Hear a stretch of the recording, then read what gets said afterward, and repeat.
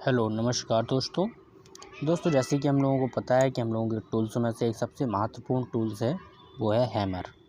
आज हम देखेंगे हैमर क्या होता है, ये कितने प्रकार के होते हैं, इसके कितने भाग होते हैं। आज हम इसको विस्तार से जानकारी लेंगे। चलिए दोस्तों चलते हैं आगे। हैमर क्या होता है, सबसे पहले हमारा क्वेश्चन बनता है हैमर है क्या।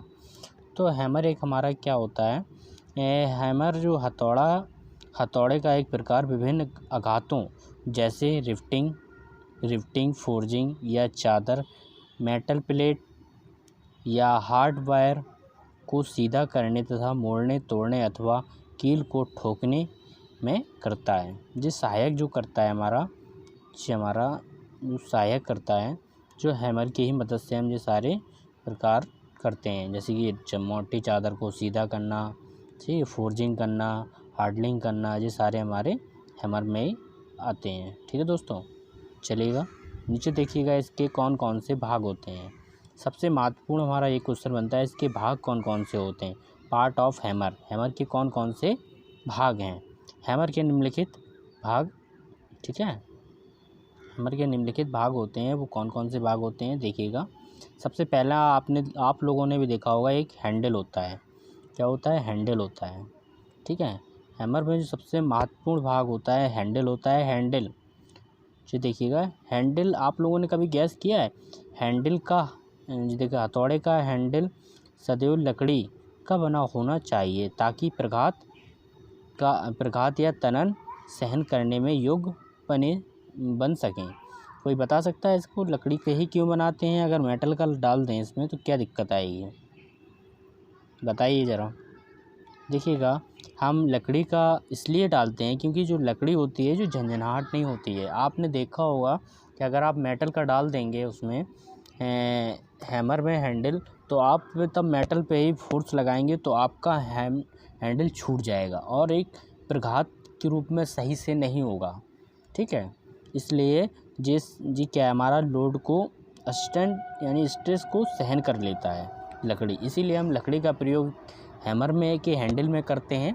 तथा आपने ये भी देखा होगा कि ब्रेंच वाइज होती है, ब्रेंच वाइज की जो टेबल बनाई होती है वहाँ में हम लकड़ी का ही प्रयोग करते हैं। ठीक है, चलिए दोस्तों देखते हैं नेक्स्ट। ये होता है, फिर एक होता है हेड। अभी मैं आपको फ़ोटो भी दिखाऊंगा एक हैमर की, ठीक है, जिससे आपके सारे पार्ट क्लियर हो जाएंगे कहाँ होते हैं। एक होता है हेड, हथौड़े का हेड फोर्ज स्टील, समझ में आया, फोर्ज स्टील से बना होना चाहिए। हथौड़े के हेड निम्नलिखित भाग होते हैं।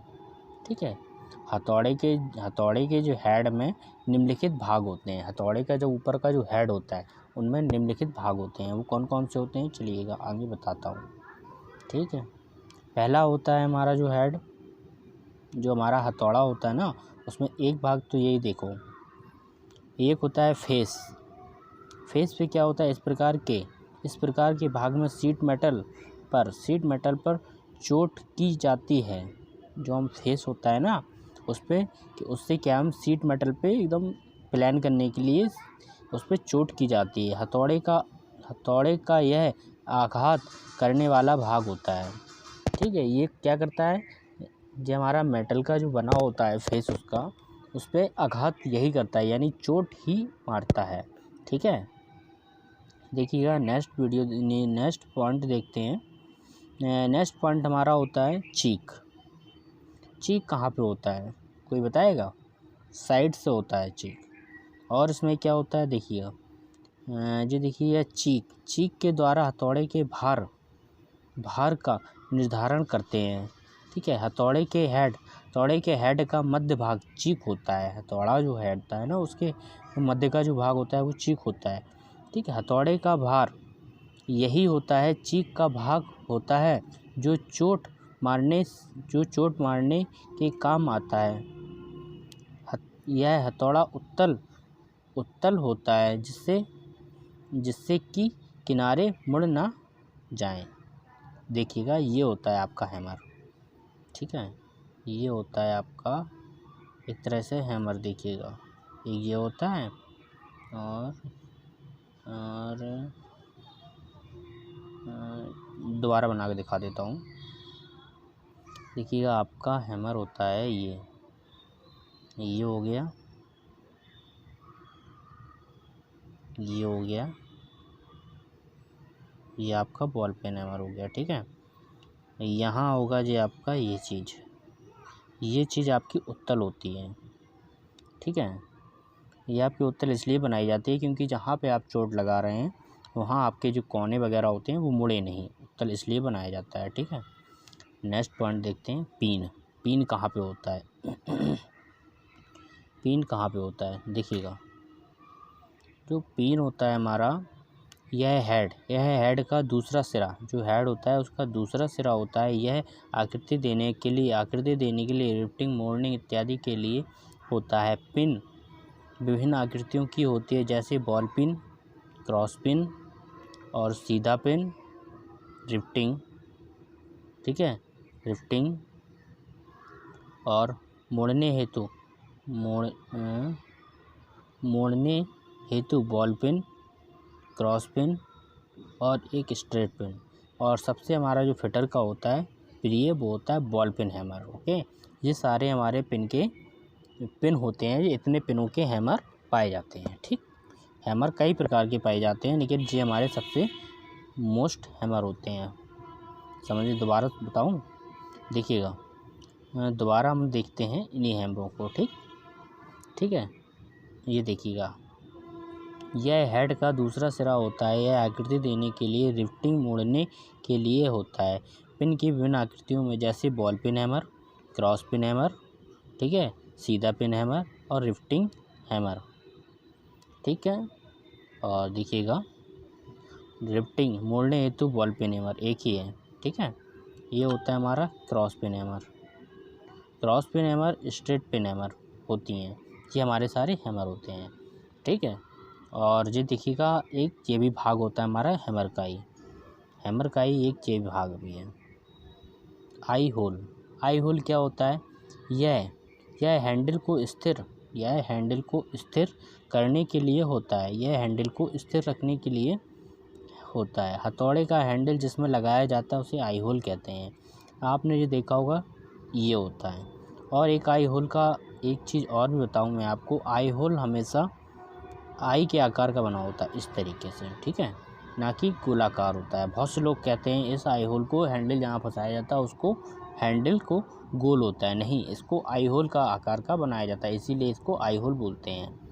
ठीक है, एक देख लीजिएगा, आपको एक नोट दिखाता हूँ। ठीक, नोट में क्या होगा, आई होल में, जी देखिएगा, आई होल में पूरी तरह से फिट आना चाहिए। यदि हैंडल टाइट हो तो उसे रेती से थोड़ा घिस लेना चाहिए। ठीक है, तथा यदि हैंडल ढीला हो तो कोई अतिरिक्त बेज, जो बेज होता है, हैंडल होता है, उसके बीच में हम एक बेज लगाते हैं। ठीक, बेज जैसे कि लकड़ी की फट्टी या लोहा लगा देना चाहिए। ये क्यों लगाते हैं? जिससे कि हमारा हैंडल निकले नहीं। ओके, देखिएगा दोस्तों, ये हमारा बॉल पेन हैमर है। ठीक है, ये हमारा बॉल पेन हैमर है, जिसकी ये बॉल बनी होती है ना, पेन के कैसे मैं जानते हैं, बॉल पेन हैमर। ये हमारी नेक होती है, ये आई होल होता है, जो बेज होता है, ये भी नेक होती है। नेक हमारे ऊपर भी होती है, नेक नीचे भी होती है। जो हमारे होते हैं पोल। ठीक है, ये होता है फेस, ये होता है चीक। ठीक है दोस्तों, ये होता है हैंडल।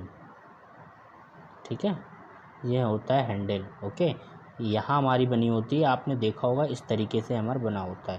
ये होते हैं ग्रिप हमारे। ओके, चलिए दोस्तों, ये आपका था पूरा हैमर।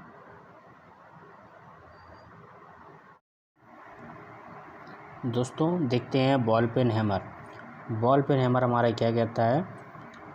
बॉल पेन हैमर की एक साइड की आकृति की तरह होती है, इसीलिए इसे बॉल पेन हैमर कहते हैं। बॉल पेन हैमर को अभियंता हैमर हथौड़ा भी कहा जाता है। ठीक है, कहा जाता है। बॉल पेन हथौड़े का प्रयोग फिटर मशीनरी तथा वर्कशॉप में गिट्टी की दीवार की तरह की जगह बनाने तथा वायरिंग को क्लिप करने तथा रिफ्टिंग में सर्वाधिक किया जाता है। ये कास्ट स्टील का बना होता है। किसका बना होता है? ये हमारा कास्ट स्टील का बना होता है। ठीक है। और देखिएगा इसका जो भार होता है हमारा 110 किलोग्राम से 910 किलोग्राम तक होता है। बॉल पेन हैमर देखते हैं। बॉल पेन हैमर कहाँ पे है? ये हमारा बॉल पेन हैमर होगा, जिसकी जो बॉल होती है इसी से हम इसको पहचानते हैं। तो ये कौन सा हैमर है? बॉल पेन हैमर है। ठीक है दोस्तों, चलिएगा नेक्स्ट देखते हैं cross pen hammer. Cross pen hammer क्या है? देखिएगा, क्रॉस पेन हथौड़े का प्रयोग शीट मेटल कार्य व हल्के कार्य के लिए किया जाता है। ये एक साइड से किसी लोहे की तार पत्ती को सीधा कर सकता है तथा इसका भार 100 किलोग्राम से होता है। इसका जो भार होता है इसको 100 किलोग्राम से होता है, मतलब 100 किलोग्राम तक ही होता है इसका। ठीक है भाई, चलिएगा देखते हैं अब क्रॉस पेन हैमर दिखता कैसा है। तो कैसे पहचानोगे आप? उसमें बॉल बनी होती थी, इसमें क्रॉस का निशान बना हुआ है, इसीलिए ये क्रॉस पेन हैमर है। ठीक है दोस्तों, चलिएगा नेक्स्ट पॉइंट देखते हैं। इसको बोलते हैं हम कारपेंटर हैमर, यानी बढ़ई हथौड़ा। ठीक है, बढ़ई हथौड़ा क्या है?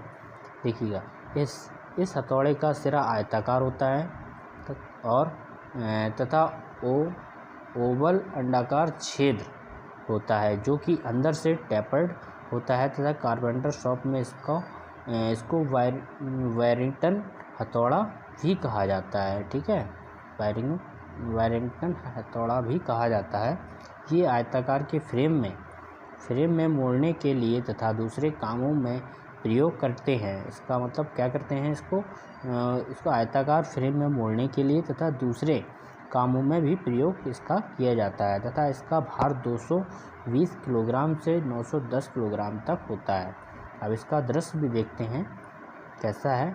ये आपका होगा कारपेंटर हैमर। जो कारपेंटर आपके यहाँ काम करने आते हैं या कहीं देख लेना, आप जो काम कर रहे हैं उनके पास ये हैमर ज़रूर मिलेगा।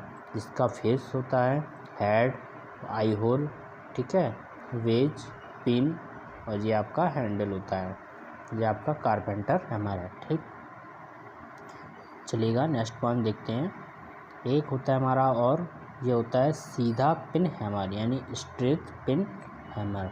ठीक है, इस हथौड़े का सिरा सीधा होता है। इसे ये नीचे का भाग सिरे से बड़ा तथा सिरे से टैपिंग होता है। ठीक है, टैपरिंग होता है। इसका प्रयोग रिफ्टिंग तथा मेटल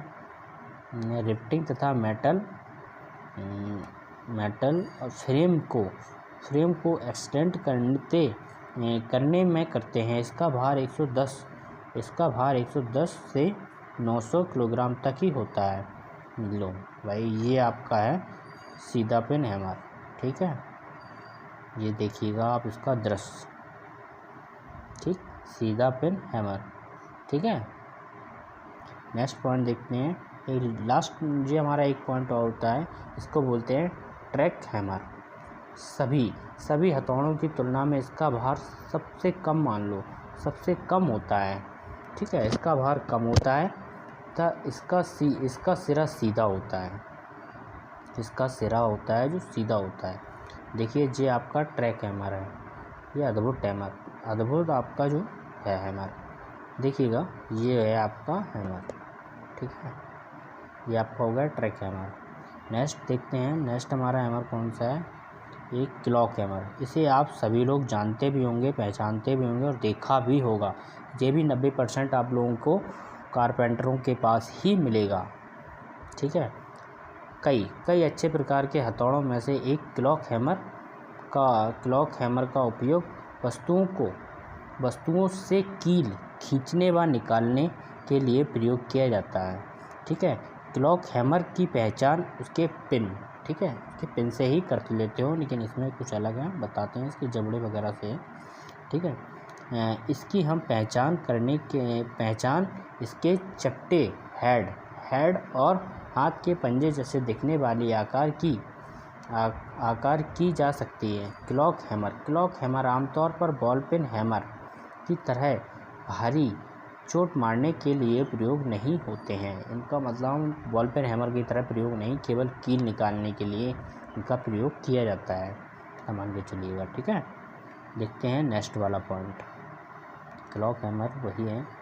एक होता है हमारा ड्राई वॉल हैमर। ठीक है, ड्राई वॉल हैमर कैसा होता है ये भी दिखाता हूँ आप लोगों को। ठीक है, इस प्रकार के ड्राई वॉल हैमर के दांतेदार सामने का फेस एक छोटे कुल्हाड़ी में आकार का पीछे का भाग होता है। ड्राई वॉल हैमर जैसे प्लास्टर बोर्ड हैमर भी कहा जाता है। यह एक हल्का स्ट्रेट पिन हैमर है। ठीक है, इसका प्रयोग ड्राई वॉल में कटिंग करने के लिए किया जाता है, जैसे कि बिजली के फिटिंग के लिए जगह बनाने के लिए यह ड्राई वॉल हैमर उपयोगी होता है। ओके, सबसे ज़्यादा इसका प्रयोग कहाँ हो रहा है? बिजली की फिटिंग के लिए, जगह बनाने के लिए भी किया जाता है। मतलब सबसे छोटा हैमर होता है। हालांकि ये आप लोगों के लिए इतना इम्पोर्टेंट नहीं है, लेकिन अगर आ जाता है तो इसको पढ़ लो। ठीक है, ये आपका ड्राई वॉल। ठीक है, बिजली की फिटिंग के लिए, जगह बनाने के लिए किया जाता है। ड्राई वॉल हैमर का उपयोग dry wall hammer nails dry wall में चलाने और खींचने के लिए भी किया जाता है। ठीक है, चलिएगा दोस्तों, इसका दृश्य होगा तो देखते हैं। नहीं है इसका दृश्य, चलेगा कोई ना, छोटा हैमर होता है ये, 10 मिनट। और ये होता है हमारा एक इलेक्ट्रीशियन हैमर। ये कौन सा होता है ये देख लो आप। इलेक्ट्रीशियन हैमर लगभग क्लॉक हैमर के समान दिखता है। इसका भी चित्र नहीं है हमारे पास।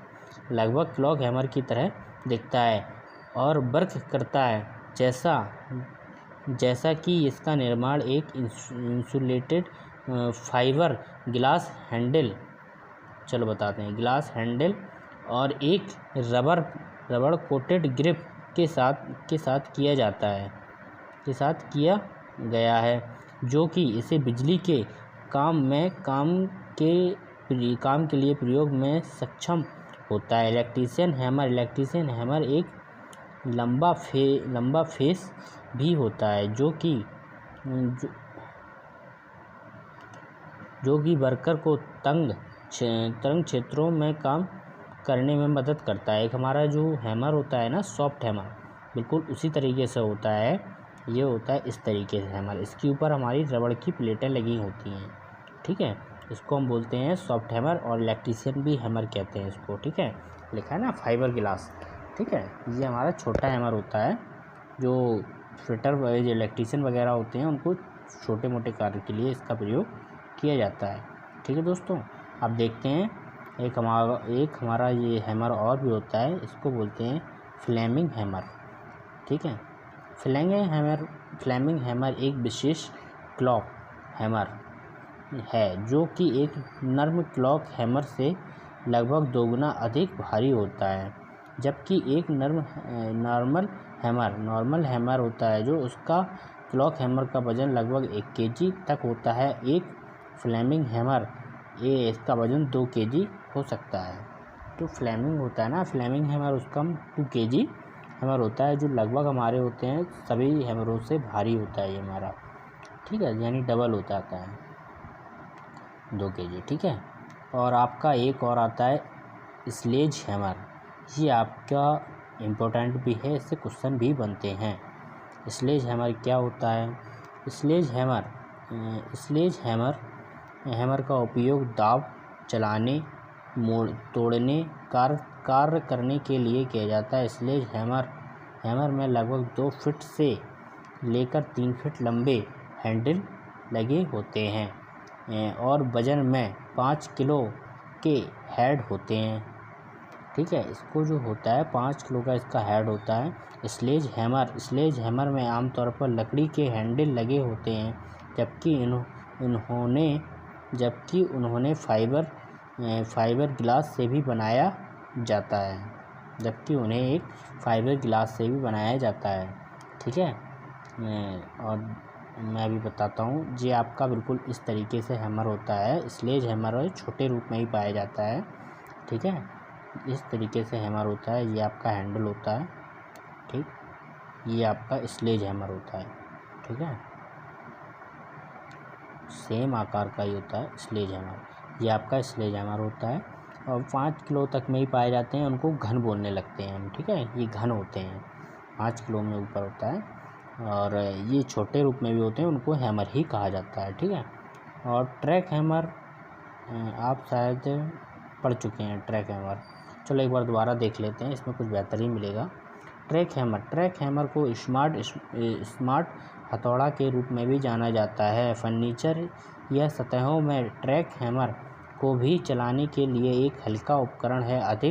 अधिक ट्रैक हैमर के दो चेहरे होते हैं जिसमें विभाजित पक्ष को चुंबकीय बनाया जाता है ताकि उपयोगकर्ता या वर्कर को भी सही तरीके से ट्रैक करने में सहायता मिल सके। ट्रैक हैमर ये समझ लो एक तरह से कि जो आप भी उसको बड़े आराम से चला सकते हैं, जिसे नहीं भी आता है उसको भी आराम से चला सकता है वो ट्रैक हैमर, आप भी उससे थोड़ा बहुत कर सकते हैं। एक होता है ट्रिम हैमर नाम से ही समझ में आ रहा होगा, ये छोटा हैमर होता है आपका ट्रिम हैमर, ठीक है। ट्रिम हैमर नॉर्मल हैमर के आकार और वजन के समान होता है। एक ट्रिम हैमर बस एक छोटा सीधा क्लॉक हैमर होता है, ठीक है, एक क्लॉक हैमर होता है जिसका उपयोग कार्यस्थल में कुछ भी नुकसान पहुंचाए बिना ट्रिम हैमर को चलाने के लिए किया जाता है, ठीक है, अब हम पढ़ते हैं हैमर का प्रयोग करते समय कुछ अब हम देखेंगे क्या देखना है। सबसे महत्वपूर्ण हमारा ये बन जाता है, ध्यान में हम क्या रखें, हथौड़ा तो चला रहे हैं भैया, चलाते रहो, कोई दिक्कत नहीं, कुछ सावधानियां भी बरतनी पड़ती हैं इसको, वो हम सावधानियां देखते हैं क्या होती हैं, ठीक है दोस्तों। देखिएगा हथौड़ा, ठीक है, हथौड़ा का हैंडल आवश्यक अनुसार ही होना चाहिए। हैंडल ज़्यादा बड़ा या छोटा नहीं होना चाहिए, जितने हैंडल की आवश्यकता होती है कि 25 से 30 सेंटीमीटर की ज़रूरत होती है, 25 से 30 सेंटीमीटर ही हमारा हैंडल होना चाहिए, ठीक है। देख लेना चाहिए हैमर हमारा सही तौर पे हैंडल लगा हुआ है कि नहीं लगा हुआ है, नहीं लगा हुआ है तो उसको लगाइएगा, ठीक है। नीचे देखिएगा, नेक्स्ट पॉइंट देखते हैं, हथौड़े के फेस पर ग्रीस नहीं लगा होना चाहिए। अगर हथौड़े के फेस पर कोई भी ऑयली पदार्थ लगा हुआ है, ऑयल लगा हुआ है, ग्रीस लगा हुआ है, तो आप हथौड़ा चलाएंगे फिसल जाएगा, जिससे आपको चोट भी लग सकती है, इसलिए हम हथौड़े को सही तौर से चेक करेंगे, ओके।